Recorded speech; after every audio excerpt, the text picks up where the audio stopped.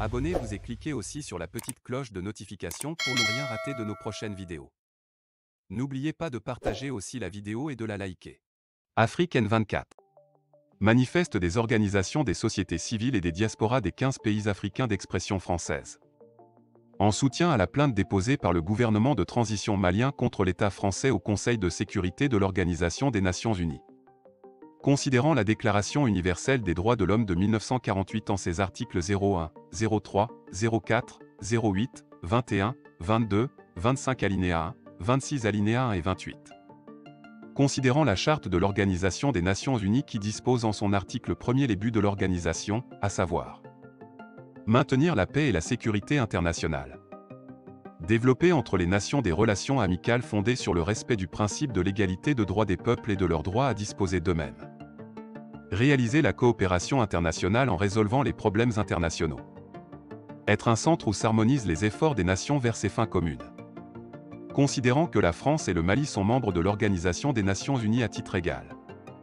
Considérant la saisine du Conseil de sécurité des Nations Unies par le gouvernement de transition malien sur les violations répétées de l'espace aérien du Mali par la force française Barkhane. Considérant que le Mali affirme dans sa saisine détenir plusieurs éléments de preuve que ces violations flagrantes de l'espace aérien malien ont servi à la France pour collecter des renseignements au profit des groupes terroristes opérant dans le Sahel et pour leur larguer des armes et des munitions. Considérant que ces actions de la France dénoncées par le Mali se situent en dehors de toute légalité internationale et violent les principes mêmes de l'Organisation des Nations Unies dont elle est membre. Considérant que le coût humain, économique et politique des activités des groupes terroristes dans le Sahel, endeuillant et poussant chaque jour à l'exode des milliers de familles africaines, est un scandale inacceptable qui ne peut plus durer. 1. Apportons notre soutien inconditionnel à la démarche du gouvernement de transition malien dans sa saisine du Conseil de sécurité des Nations Unies. 2. Interpellons l'ensemble des États membres de l'Organisation des Nations Unies pour une contribution effective à la tenue d'une réunion d'urgence du Conseil de sécurité en vue d'examiner la plainte du Mali.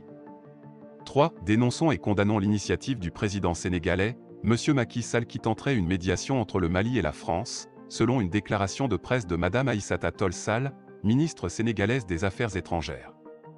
4. Rappelons que selon la Charte des Nations Unies, seul le Conseil de sécurité ou l'Assemblée générale de l'ONU sont habilités à traiter les litiges ou contentieux entre les États membres, ce qui ôte toute légitimité ou base légale à un État tiers de se poser en médiateur, sauf à être expressément mandaté pour cela par le Conseil de sécurité ou l'Assemblée générale de l'ONU, ce qui n'est pas le cas du président sénégalais.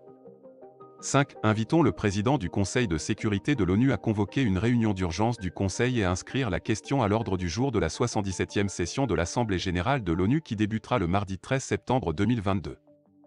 6. Estimons que la saisine du Mali est une opportunité exceptionnelle pour le Conseil de sécurité de l'ONU d'élucider de manière décisive les raisons de la persistance et de l'expansion du terrorisme et du chaos dans le Sahel, malgré la présence massive des forces armées internationales ayant pour mission de le combattre et de contribuer au maintien de la paix.